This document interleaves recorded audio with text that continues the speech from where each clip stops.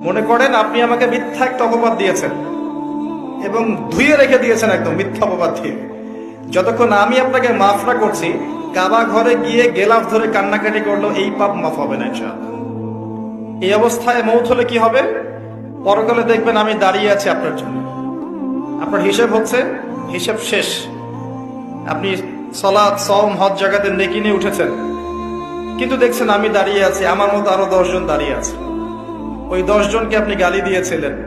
মনে করেন আপনি আমাকে মিথ্যা একটা অপবাদ দিয়েছেন এবং ধুয়ে রেখে দিয়েছেন একদম মিথ্যা অপবাদ দিয়ে।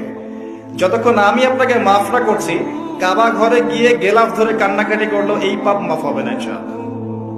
এই অবস্থায় মৌত হলে কি হবে? পরকালে দেখবেন আমি দাঁড়িয়ে আছি আপনার জন্য। আপনার হিসেব হচ্ছে, হিসেব শেষ।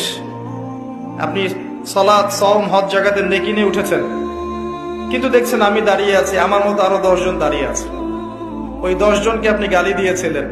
মনে করেন আপনি আমাকে মিথ্যা একটা অপবাদ দিয়েছেন এবং ধুয়ে রেখে দিয়েছেন একদম মিথ্যা অপবাদ দিয়ে। যতক্ষণ আমি আপনাকে মাফ না করছি, কাবা ঘরে গিয়ে গেলাফ ধরে কান্নাকাটি করলো, এই পাপ মাফ হবে না ইনশাআল্লাহ। এই অবস্থায় মৌত হলে কি হবে? পরকালে দেখবেন আমি দাঁড়িয়ে আছি আপনার জন্য। আপনার হিসেব হচ্ছে, হিসেব শেষ।